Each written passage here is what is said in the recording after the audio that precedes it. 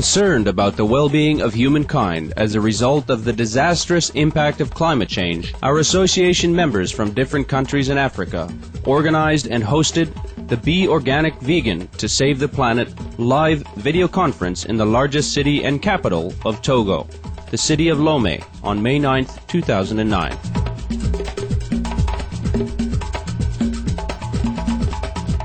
Supreme Master Chay graciously accepted the invitation to be the guest of honor and shared her insights on the issue.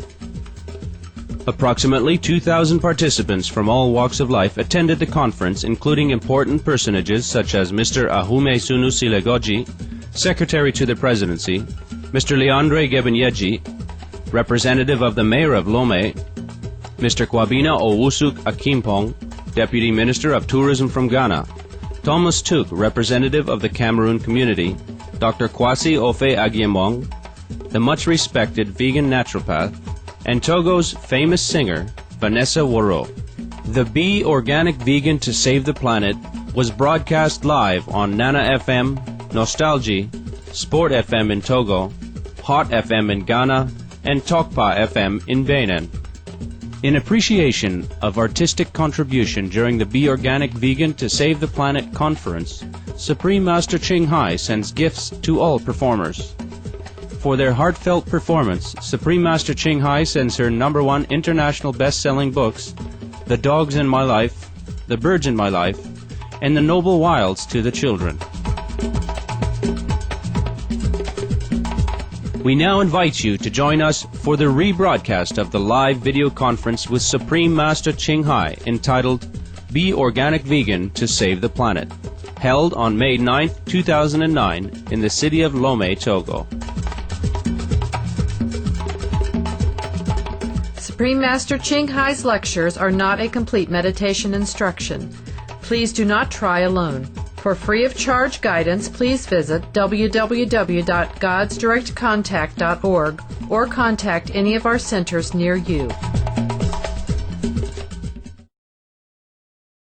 The second question is from Madame Tapsoba Christine, who is a high school teacher, owner of 2 vegetarian restaurants in Ouagadougou, member of many associations vegan.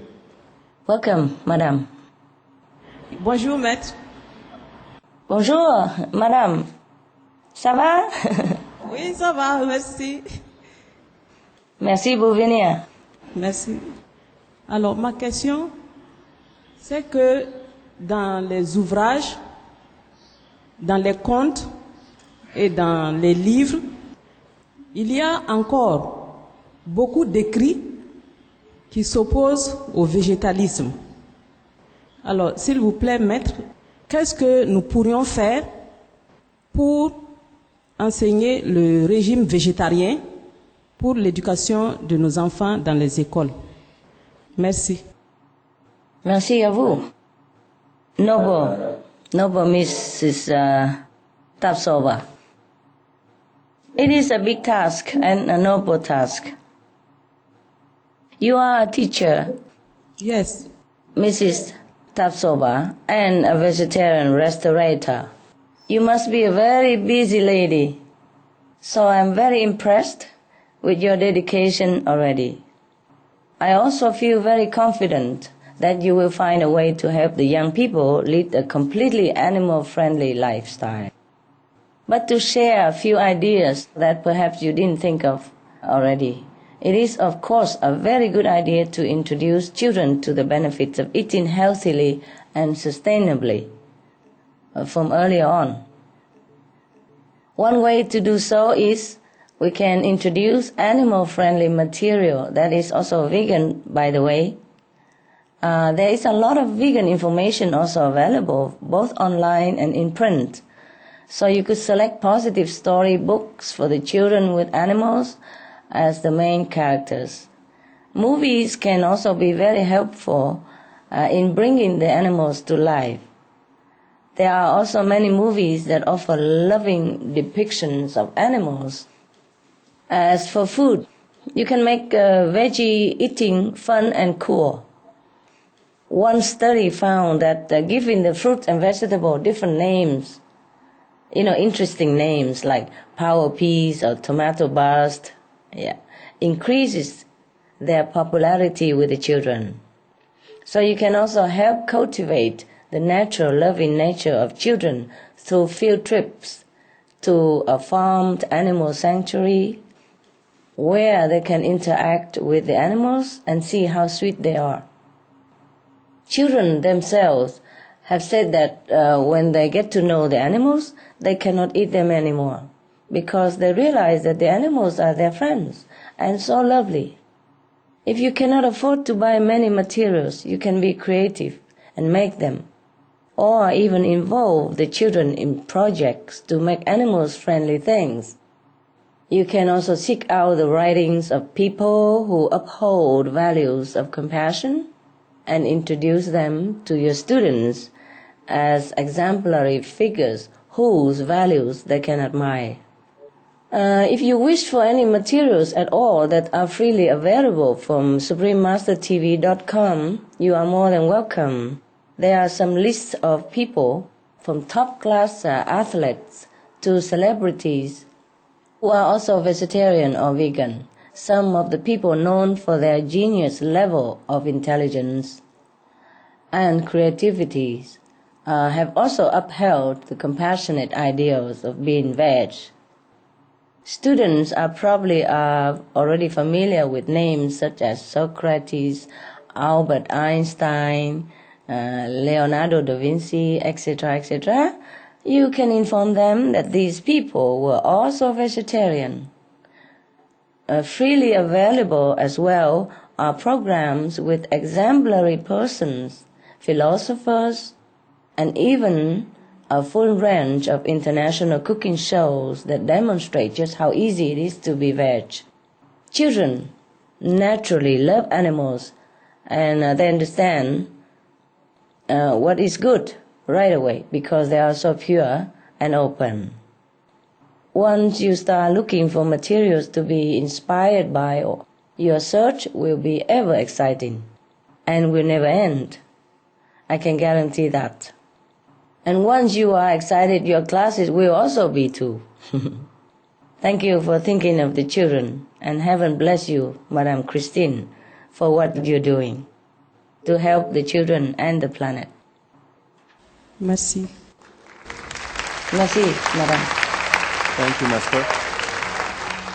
Some of the diseases related to meat consumption and/or production: swine flu, Ebola reston virus, MRSA or methicillin-resistant Staphylococcus aureus, infection linked to livestock antibiotics.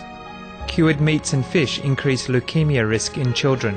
Antibiotic-resistant superbug infections from a strain of Staphylococcus aureus.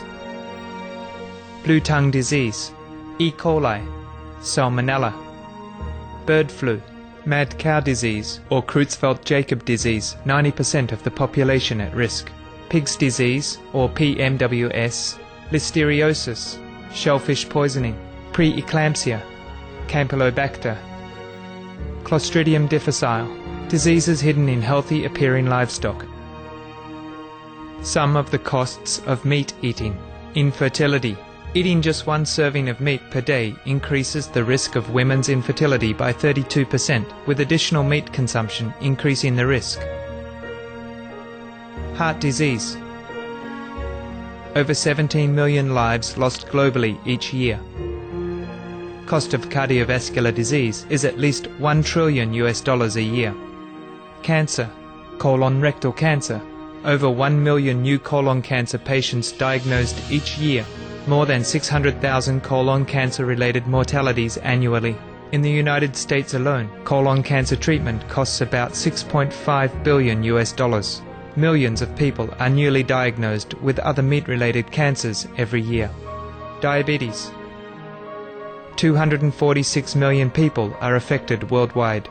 An estimated $174 billion spent each year on treatment in just the United States.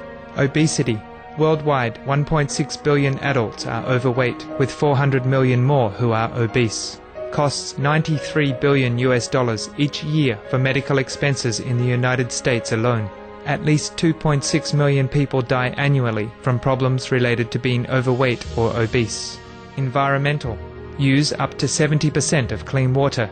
Pollute most of the water bodies. Deforest the lungs of the earth. Uses up to 43% of the world's cereal. Uses up to 85% of the world's soy. Cause world hunger and wars. 80% cause of global warming. Plus more. Some of the costs of milk consumption. Bacterial microbes, pesticides and enzymes found in cheese derived from the inner stomach linings of other animals. Up to 80% of the calories in cheese are from pure fat. Breast, prostate and testicular cancer from hormones present in milk. Hysteria and Crohn's disease. Hormones and saturated fat leads to osteoporosis, obesity, diabetes and heart disease. Linked to higher incidences of multiple sclerosis. Classified as a major allergen. Lactose intolerance. Plus more.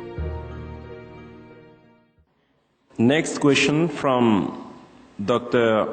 Johnson Charlemagne at Saint Joseph International Private General Hospital. Welcome, sir. Merci beaucoup.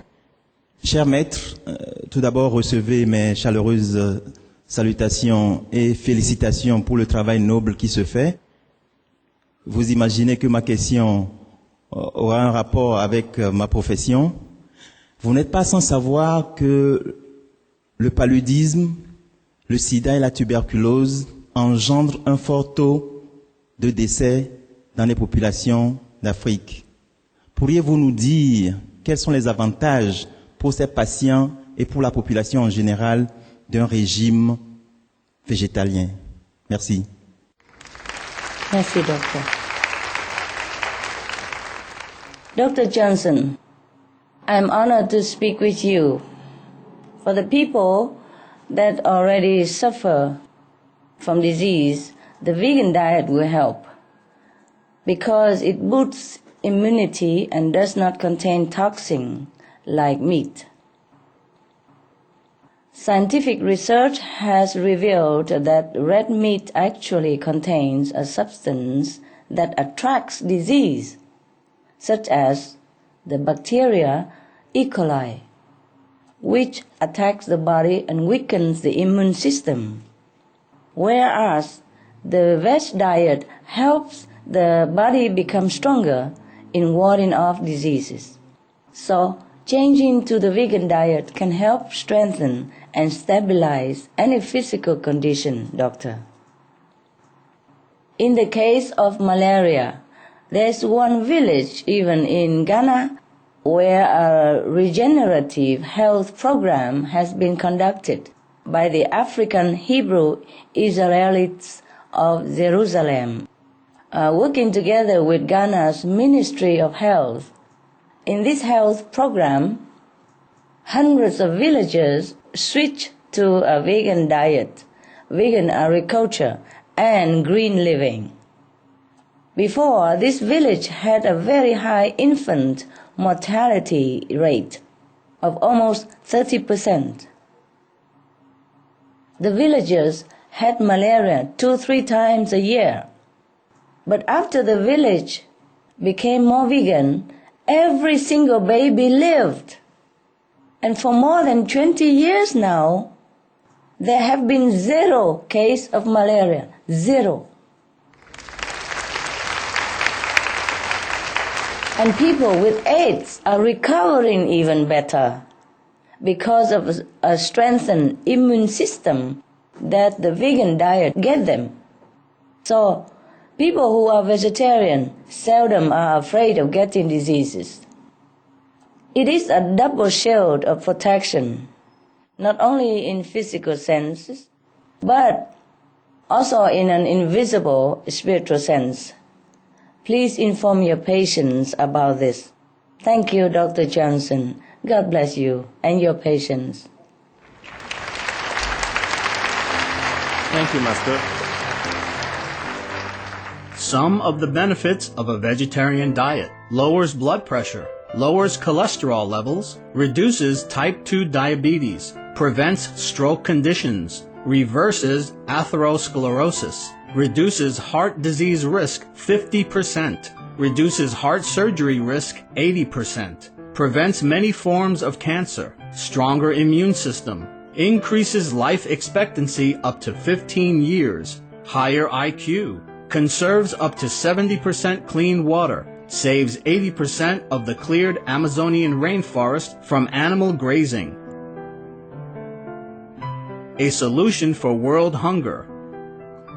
Free up 3.4 billion hectares of land. Free up 760 million tons of grain every year, half the world's grain supply. Consumes 1/3 fossil fuels of those used for meat production.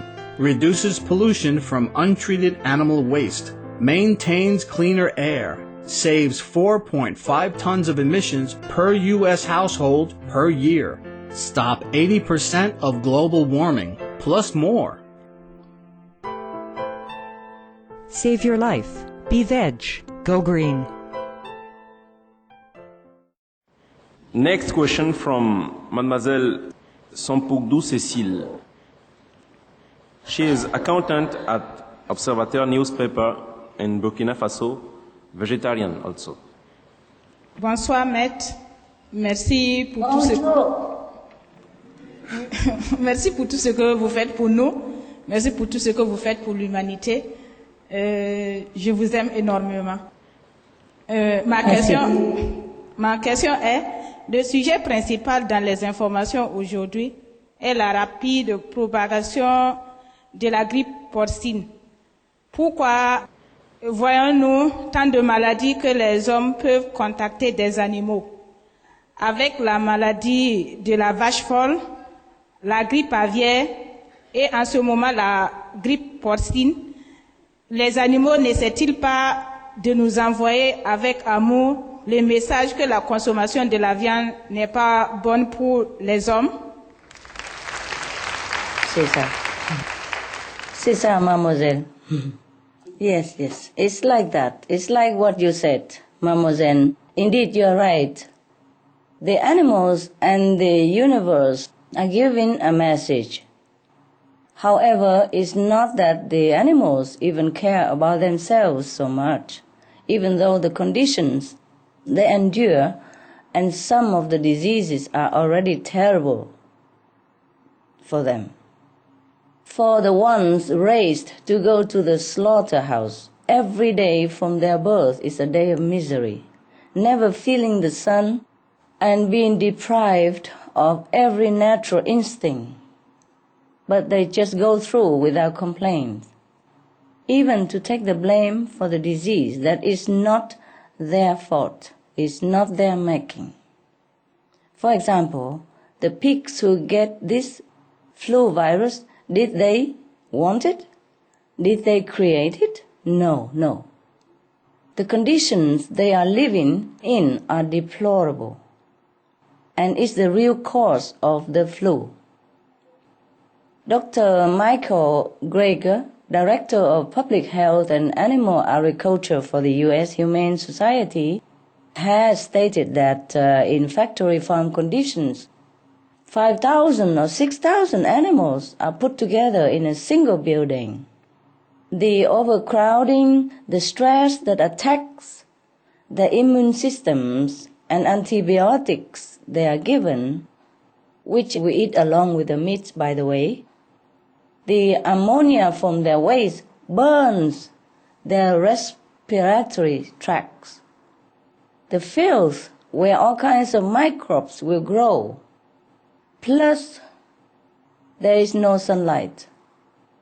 Dr. Greger said that these conditions create a perfect storm environment for the emergence and spread of virulent strains of influenza, like the swine flu that you have mentioned.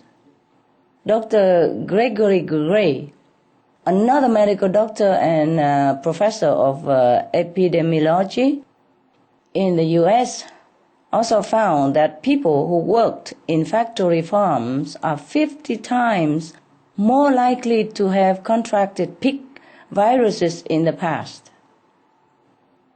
In the case of the swine flu that spread around the world right now, the World Health Organization has confirmed more than 3,000 cases in humans worldwide, cautioning that it's still not yet over, and that we hardly know how aggressive the virus is and will become. It could get worse even, and it could infect 1/3 of our planet's population, they expected. So yes, the animals do want humans to wake up to the dangers that we are creating, not just for them, but for humankind. However, these animal-related diseases are very clearly our own making. So we need to reverse this cycle and make a fresh start. Stop killing, live and let live. Because even though the animals themselves are forgiving, the physical law of the universe states that for every action there is a consequence. So if we wish to live happily ourselves, we should let others live likewise. This is the best guideline. If we live in peace with other beings, meaning we don't try to make them our food, we don't make them suffer, then we will never worry about disease, and our life and the planet will be quickly like that of heaven. Thank you, Mademoiselle. Merci. Thank you, Master.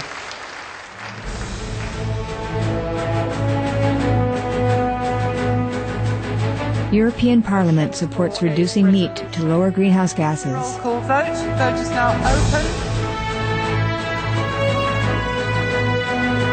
Reduce your meat consumption or stop eating meat totally. During discussions on greenhouse gas reduction goals, the Climate Committee of the European Parliament officially recognized livestock's contribution to global warming and recommended a reduction of subsidies to the livestock industry to curb methane.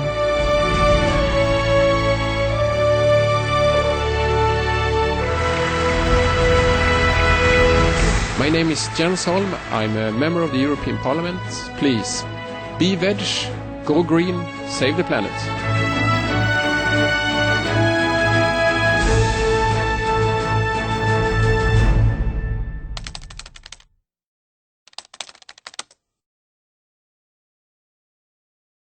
May I ask the next question on behalf of former President of National Assembly and former Prime Minister of our country, Togo, Dr. Kodjo Agbeyomemesan. We notice that in Africa, most people do not show concern about the issue of global warming. They pinpoint Westerners as responsible for this calamity because of the large-scale animal agriculture practices there. What could you tell Africans to let them understand that the issue is a common threat and therefore it must be a common concern for all Earth inhabitants? What is the advice you will give us to motivate them to change their diet? Could you please tell the esteemed Dr. Kodjo that I thank him for his insightful questions and concern. I'm very touched that he shared his thought with us and his support to send a question in the interest of his fellow citizens.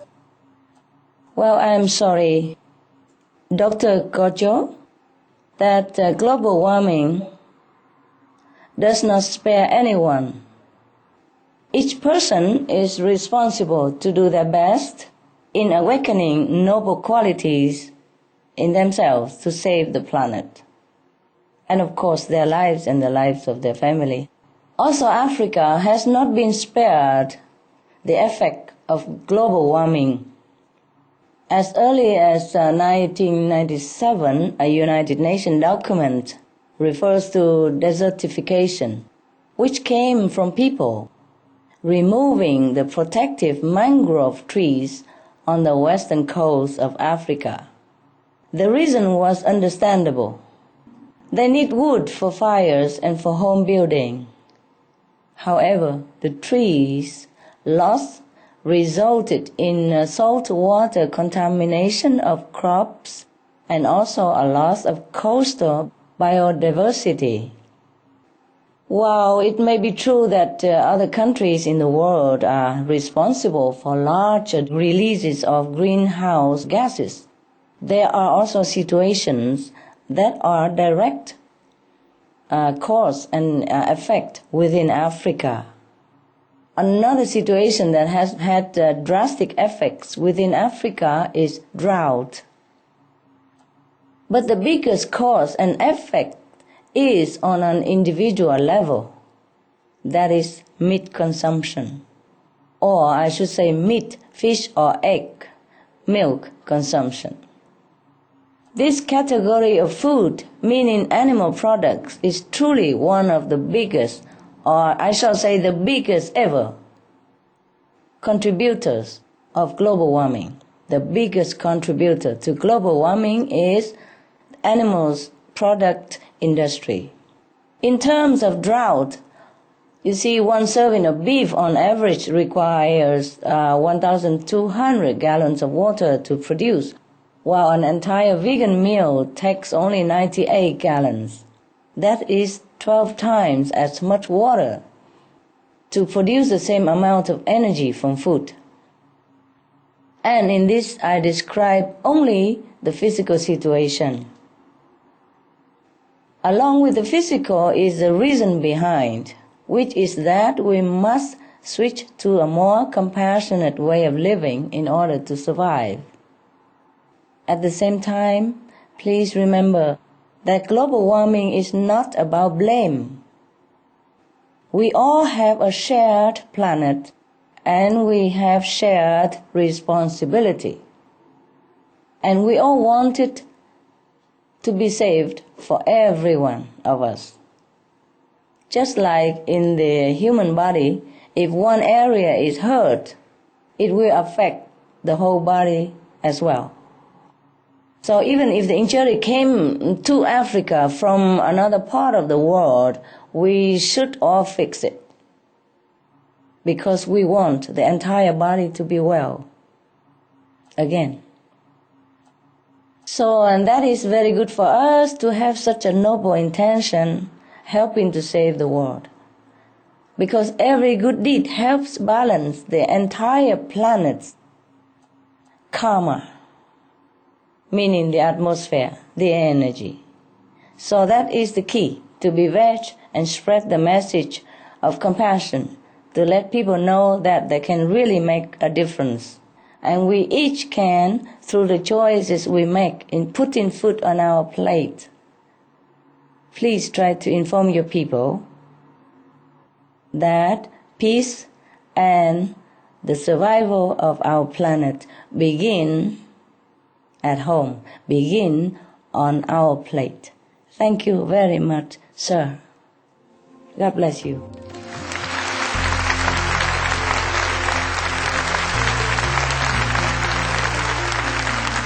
Thank you, Master.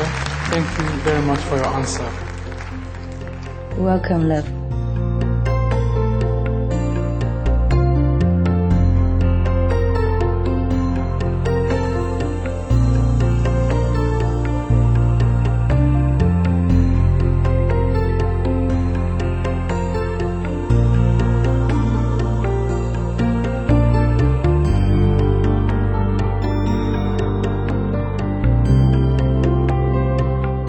C'est une conférence très instructive parce que ça traite d'une question d'actualité et très prominente. Voilà.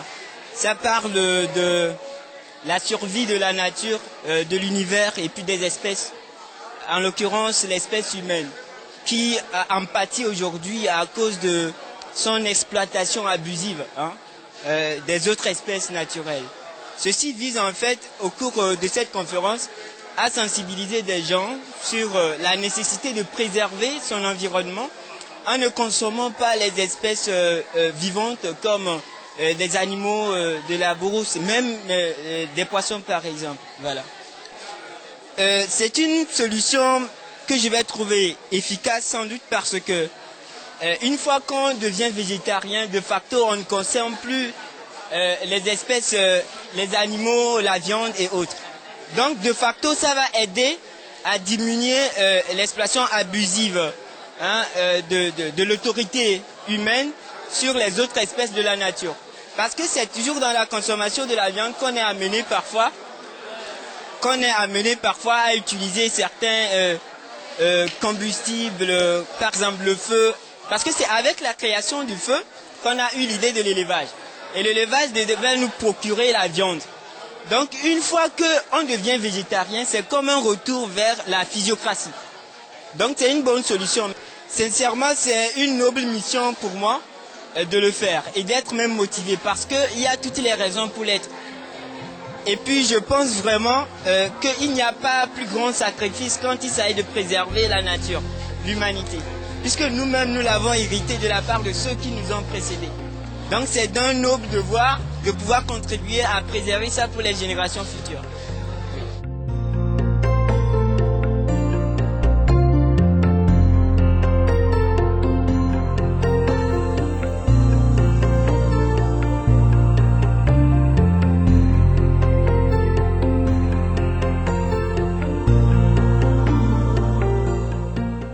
Thank you for your warm-hearted company on today's episode of Words of Wisdom. Please join us again tomorrow for part 5 of Be Organic Vegan to Save the Planet. Now, please stay tuned to Supreme Master Television for Golden Age Technology, coming up next, right after noteworthy news. May your life be always graced by truth, beauty, and virtue. For more details, please visit www.suprememastertv.com/WOW